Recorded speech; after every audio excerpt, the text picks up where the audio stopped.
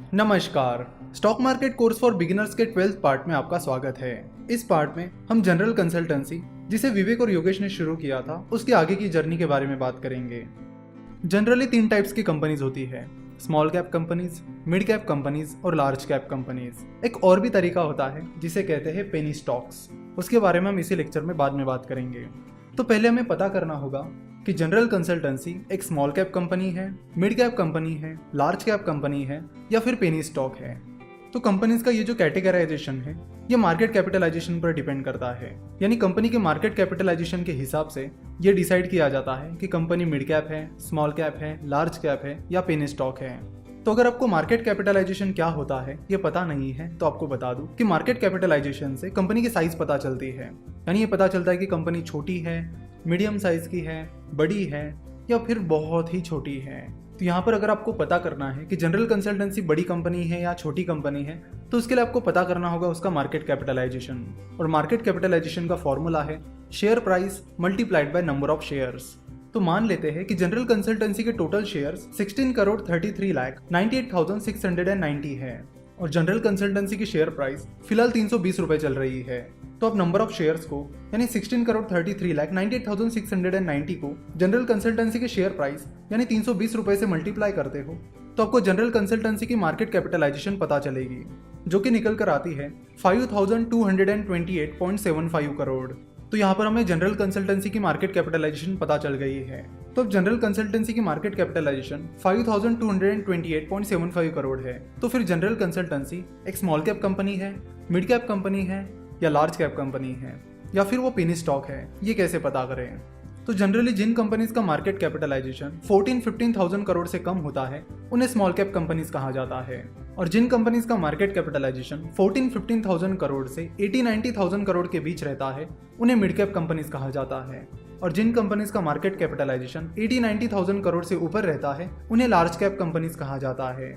General consultancy का market capitalisation 5,228.75 crore है, यानी उसका मार्केट कैपिटलाइजेशन 14-15,000 करोड़ से कम है, इसलिए जनरल कंसल्टेंसी एक स्मॉल कैप कंपनी है। और भी एक कैटेगरी होती है जिसे कहते हैं पेनी स्टॉक्स, यानी जिन कंपनीज की शेयर प्राइस बहुत ही ज्यादा कम होती है और जिनका मार्केट कैपिटलाइजेशन भी बहुत ही ज्यादा कम होता है उन्हें पेनी स्टॉक्स कहते हैं। यानी सुज़लॉन एनर्जी, रिलायंस कम्युनिकेशन, ये पेनी स्टॉक्स है क्योंकि इनकी शेयर प्राइस भी कम है और उनका मार्केट कैपिटलाइजेशन भी बहुत ज्यादा कम है। तो जनरली जिन कंपनीज की शेयर प्राइस 20-30 रुपए से कम होती है और जिनका मार्केट कैपिटलाइजेशन 100 करोड़ के नीचे होता है उन्हें पेनी स्टॉक्स कहा जाता है।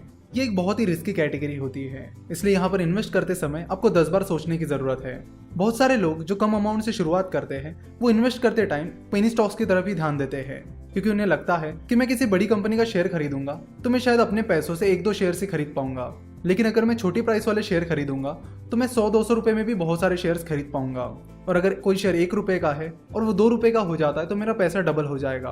तो वो कुछ इस तरह सोचते हैं। पेनी स्टॉक्स को कई बार भंगार कैप्स भी कहा जाता है, क्योंकि पेनी स्टॉक्स में ज्यादातर कंपनीज बड़ी ही भंगार कंपनीज रहती है जो किसी काम की नहीं होती, वो बस चल रही है तो चल रही है।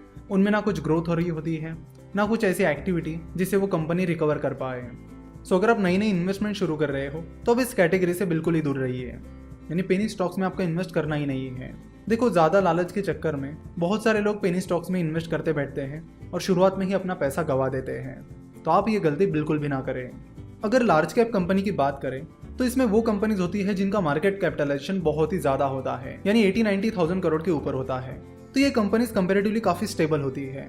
ये कंपनीज अपने आप को प्रूव कर चुकी होती है और इनका ब्रांड नेम भी काफ़ी बड़ा होता है।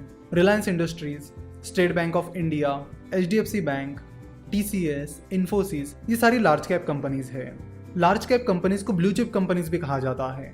तो large cap company stable companies होती है, यानी अगर कभी क्राइसिस भी आता है तो इस कंपनी के पास उतना बैकअप होता है कि वो उस खराब टाइम में भी स्टेबल रहे।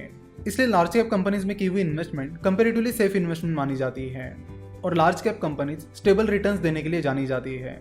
देखो, ऐसा नहीं कि कोई कंपनी लार्ज कैप है तो आप आंख बंद करके इसमें इन्वेस्ट कर सकते हो, बिल्कुल भी नहीं। इन्वेस्ट करते टाइम आपको बहुत सारा एनालिसिस करना होता है, जिसके बारे में हम धीरे धीरे आगे बात करेंगे। उसके बाद हम बात करेंगे स्मॉल कैप कंपनीज की। स्मॉल कैप कंपनीज छोटी कंपनीज होती है, और जब कोई कंपनी छोटी होती है तो 2 चीज़ों पर आपको ध्यान रखने की ज़रूरत है। पहला, ग्रोथ अपॉर्चुनिटीज़, और दूसरा फेल्यूर का रिस्क। जो छोटी कंपनीज होती है उनमें ग्रोथ अपॉर्चुनिटीज़ काफ़ी ज़्यादा होती है, वही साथ ही फेल होने का खतरा भी उनमें काफ़ी ज़्यादा होता है।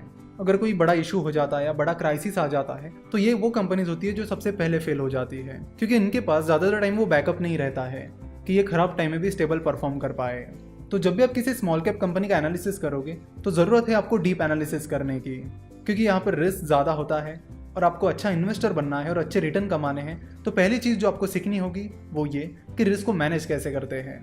कई बार चाहे कैटेगरी कौन सी भी हो, चाहे वो स्मॉल कैप हो, मिड कैप हो या लार्ज कैप हो, आपको ऐसी अपॉर्चुनिटीज़ मिल जाती है जहाँ पर रिस्क बहुत ही ज़्यादा कम होता है और जो ग्रोथ अपॉर्चुनिटीज़ होती है वो काफ़ी ज़्यादा होती है। तो इस तरह का रिस्क मैनेजमेंट आपको सीखना होगा और धीरे धीरे करना होगा, क्योंकि investment is all about risk management. It's not about risk taking, it's about risk management.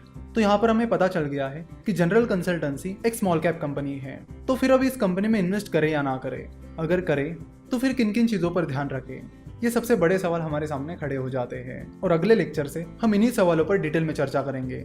उससे पहले आपको बता दूं कि ये जो पेनी स्टॉक्स हैं इनसे आपको बहुत दूर रहना है, हमेशा दूर रहना है। अब बस लालच में आकर पेनी स्टॉक में बिल्कुल भी इन्वेस्ट मत कीजिए। हम ये चीज़ बार बार इसलिए बता रहे हैं कि ज़्यादातर पेनी स्टॉक्स बहुत ही गई गुजरी कंपनीज होती है जो कुछ भी काम की नहीं होती। या तो वो बैंक्रप्सी के नज़दीक होती है या तो फिर किसी स्कैम या इशू में फंसी हुई होती है। तो स्टॉक मार्केट में इन्वेस्ट करते टाइम पेनी स्टॉक्स में इन्वेस्ट करने की गलतियाँ बिल्कुल भी मत कीजिए। हाँ, एक बार आप एक्सपर्ट हो जाते हो, आपको एनालिसिस पूरा आ जाता है, तो फिर आप पेनी स्टॉक के बारे में सोच सकते हो कि गलती से कोई ऐसा स्टॉक तो नहीं है जो पेनी स्टॉक की कैटेगरी में आ गया है। तो ये बात की बात है। लेकिन जहाँ तक शुरुआत की बात है तो शुरुआत में पेनी स्टॉक में बिल्कुल भी इन्वेस्ट मत कीजिए। आशा करते हैं कि आपको आज का ये लेक्चर पसंद आया होगा। आज का ये वीडियो देखने के लिए और हमारे साथ जुड़े रहने के लिए आपका बहुत बहुत धन्यवाद।